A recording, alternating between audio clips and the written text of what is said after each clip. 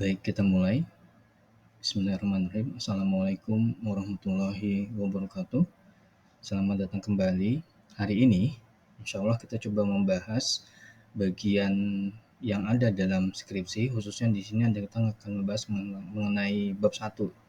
Khususnya adalah bab 1.1, yaitu pendahuluan atau latar belakang masalah. Namanya tergantung dari kampus masing-masing ya, tergantung dari prodi masing-masing. Tapi 1.1 atau pembahasan tentang pendahuluan dan latar belakang masalah adalah bagian yang paling awal dalam tulisan dalam skripsi. Tulisan dalam skripsi ini merupakan bagian yang menurut beberapa orang adalah bagian yang paling sulit. Kenapa disebut sebagai paling sulit? Karena dia pertama kali dikerjakan, dan buat beberapa orang mahasiswa atau penulis yang baru pertama kali melakukan tulisan ilmiah, ini adalah bagian yang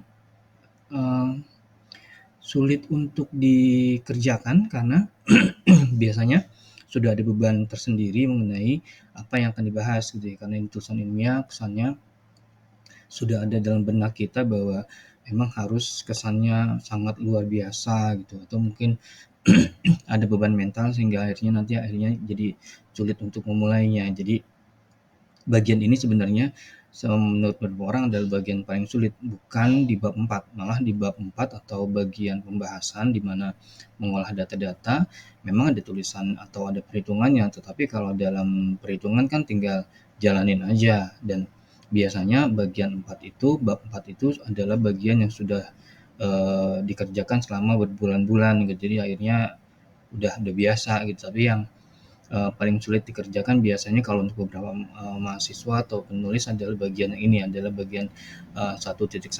Karena memilih kata di awal gitu ya, biasanya tuh mereka jadi bingung itu apakah pada suatu hari atau apa gitu kan, itu kan nggak bisa karena itu sifatnya jadi kayak model fiksi gitu ya.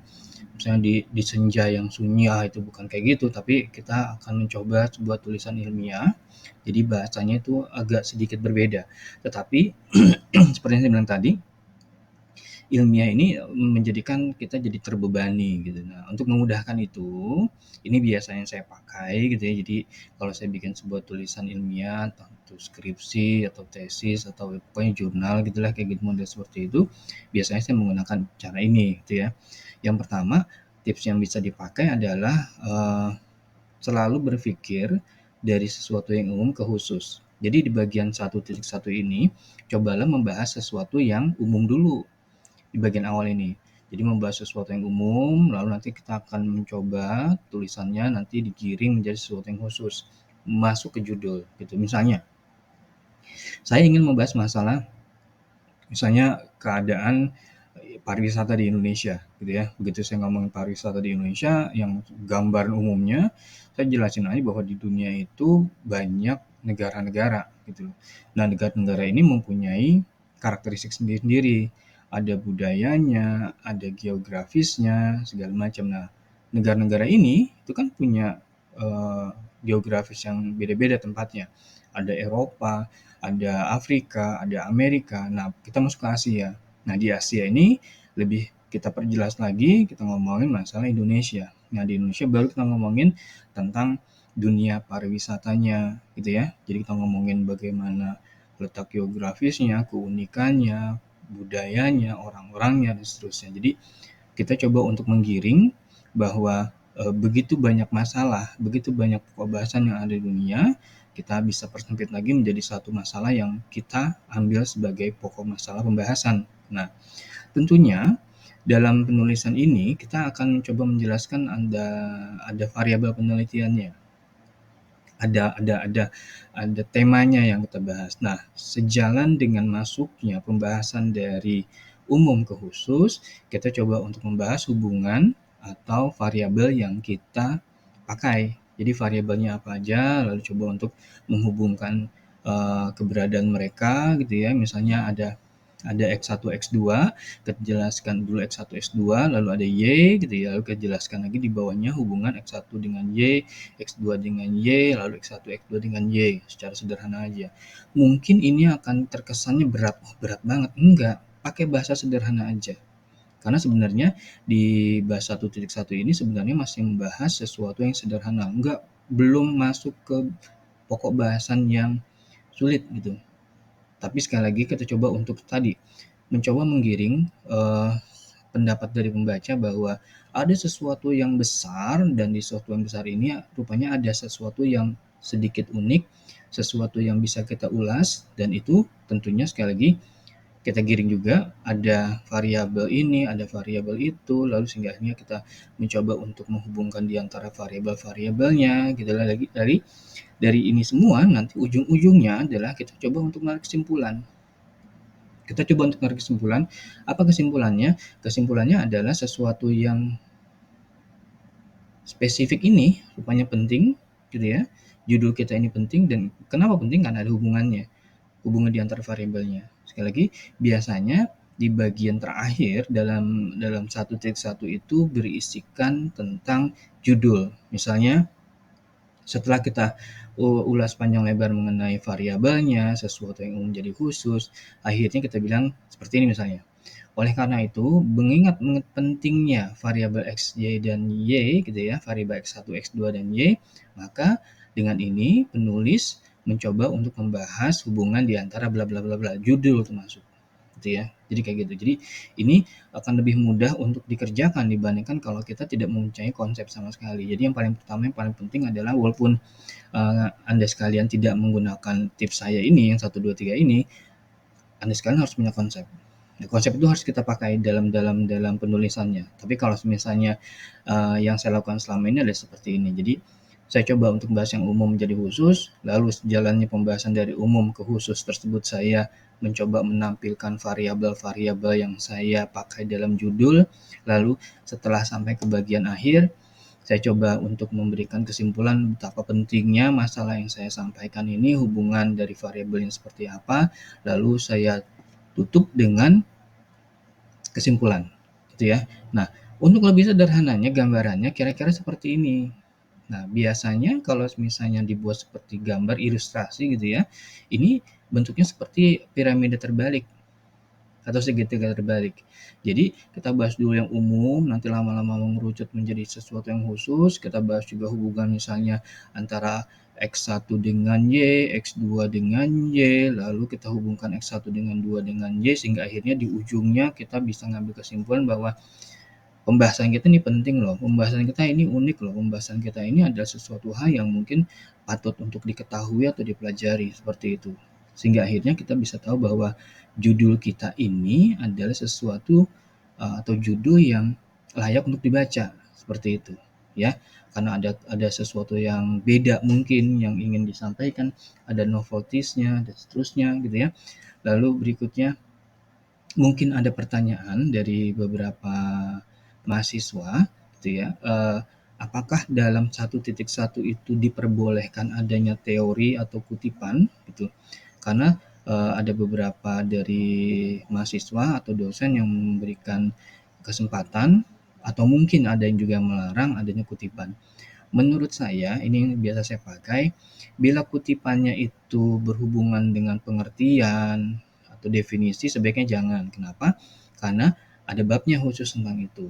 Kalau ngomongin tentang indikator atau aspek yang ada dalam variabelnya, sebisa mungkin jangan. Karena sekali lagi ada babnya tentang itu. Tapi kalau misalnya teorinya atau kutipannya atau dalam bentuk tabel dan grafik ini mencoba untuk menguatkan keberadaan dari tulisan kita atau hubungan antar variabel itu, maka itu dipersilahkan. Malah untuk beberapa dosen ini adalah sesuatu hal yang baik gitu. Jadi sebaiknya perlu dilihat dulu apakah kutipannya ini cukup mendukung atau tidak. Kalau misalnya mendukung dalam pembentukan kerangka pemikiran, maka itu sangat diperbolehkan. Misalnya, tadi saya mencoba untuk membahas misalnya judulnya, coba tadi untuk diulas adalah pariwisata di Indonesia. Boleh sekali kalau misalnya saya menampilkan tabel atau grafik berapa kunjungan wisatawan mancanegara ke Indonesia per tahun, hingga akhirnya kita bisa ngeliat trennya.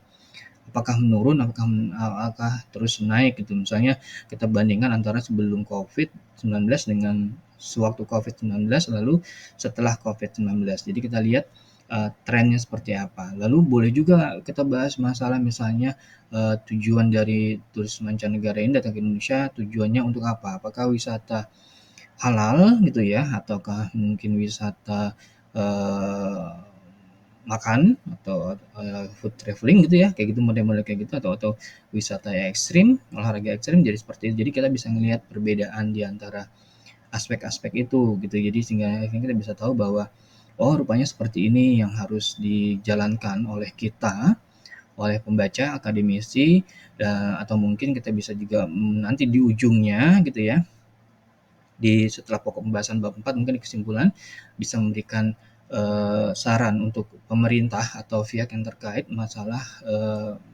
menangani para turis mancanegara ini gitu, misalnya bagaimana menaikkannya, lalu bagaimana, memberikan, saran untuk memberikan, peningkatan daya jualnya gitu ya, misalnya promosi dan seterusnya, seperti itu. Ini udah boleh kan, gitu ya. Tentunya akan lebih bagus kalau misalnya, teori dan grafik juga tabel ini nanti bisa tergambarkan juga dalam perhitungannya gitu loh. Nah, makanya perlu kita tahu, kita sadarin bahwa rangkaian skripsi ini bab 1, 2, 3, 4, 5 itu ya, kalau misalnya ada 5 bab, berarti kita harus tahu bahwa ada kesamaan jalan gitu ya, ada path-nya yang jelas antara dari bab 1 dengan bab 4 dan bab 5 kesimpulannya. Jadi gitu, jadi, saling beriringan, saling berkelanjutan, sinergisnya ada gitu ya.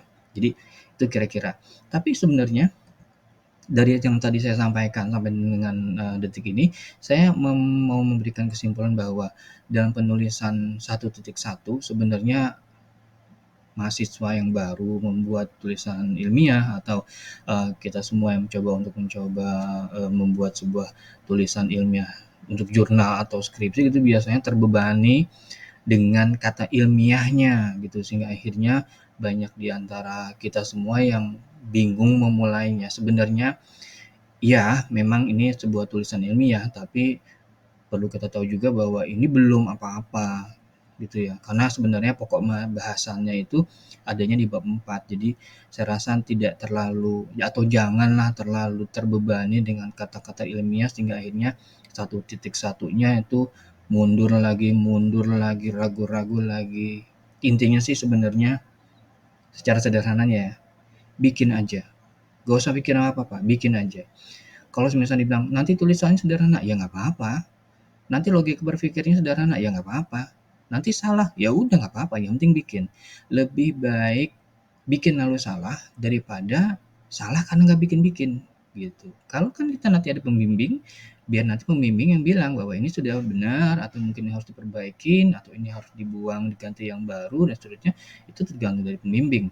Kalau pembimbing bilang itu salah ya nggak apa-apa, seenggaknya kita sudah setengah jalan, kita sudah bikin setengah walaupun gagal gitu ya, kita sudah bikin setengah dan nanti tinggal revisi lagi seperti itu.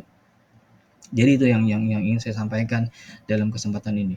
Mudah-mudahan, ini bisa memberikan sedikit pencerahan dan lebih penting lagi memberikan ketenangan kepada beberapa rekan gitu ya, sehingga akhirnya nanti ya udah yang penting jalan aja udah, soal nanti benar enggaknya kan ada pembimbing gitu ya. Jadi inilah yang ingin saya sampaikan bagaimana mengatasi permasalahan tersulit dalam pembuatan sebuah karya ilmiah entah itu skripsi atau apapun namanya gitu ya, karena sebenarnya yang tadi pembebanan ada materi yang sepertinya harus dibahas secara luar biasa padahal sih nggak seperti itu gitu ya.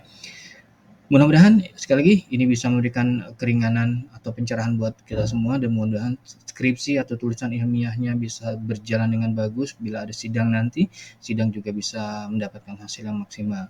Demikian dari saya, terima kasih atas semua perhatian dan waktu yang diluangkan untuk menonton ini sampai akhir dan bila ada saran atau kritik silahkan sampaikan di kolom komentar karena kalau kritik itu akan membuat saya menjadi lebih aware bahwa oh iya memang harus perbaikin ini gitu jadi akan lebih bagus untuk saya tapi kalau misalnya ada saran itu juga akan membuat saya jadi lebih berpikir lagi oke sarannya harus bikin apa ini gitu misalnya bikin bagaimana bikin apalah gitu ya atau membahas tentang materi apalah gitu itu akan membuat saya jadi lebih tertantang lagi mudah-mudahan saya mampu untuk membuatnya seperti itu.